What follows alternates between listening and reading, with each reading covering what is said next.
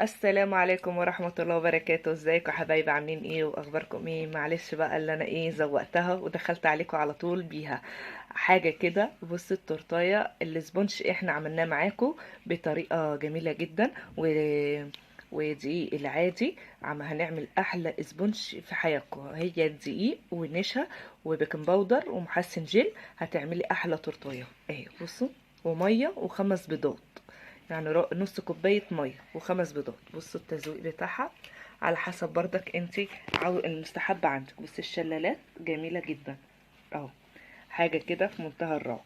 التزويق بقى على حسب اختيارك اهو. شمعنا الاول التورتايه، حشيناها من جوه كريم شانتيه، عندك مكسرات احشيها من جوه. بعد كده حطينا الثلاث طبقات، بعد كده حطينا الكريم شانتيه اللي هو عبارة عن ايه، كريم شانتيه وباستر كريم واللهم صل على النبي ومية. لبن لا، مية احلى حاجة المية. وبعد كده هتضربيهم جامد، والسكر، السكر لازم الكريم شانتيه خام. بصوا شكلها تجنن، جميلة جدا اهو. حاجة كده في الخيال، ولا تشتري ولا تعملي. الدقيق التورتايه يعني بصوا خمس بيضات، ربع دقيق، آه، معلقتين نشا، كيس بيكنج باودر، اللهم صل على النبي، محسن جل معلقة كبيرة، وربع كوباية نص كوباية مية.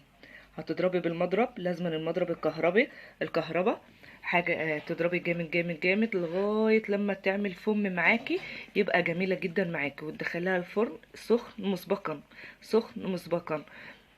تدخليها الفرن وما تفتحيش عليها لغاية لما تعلى. وبعد كده بقى تسيبيها لتاني يوم عشان تعرفي تقطعيها.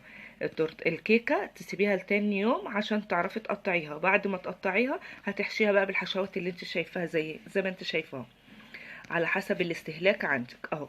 حاجة كده في منتهى الروعة.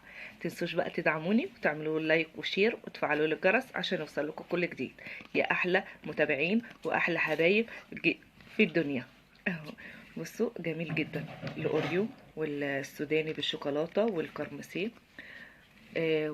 جبت اللي هو الشوكولاته دي، حطيتها كده بالعصيان. وجبت اللي هي الشوكولاته الصغننه. وجبت لقيت حاجه عنده بالفراوله كده، بقى عامله زي شبه التوت اهو. يلا ما تنسوش بقى تدعموني وتعملوا لايك وشير وتفعلوا الجرس عشان يوصلكم كل جديد، يا احلى حبايب في الدنيا.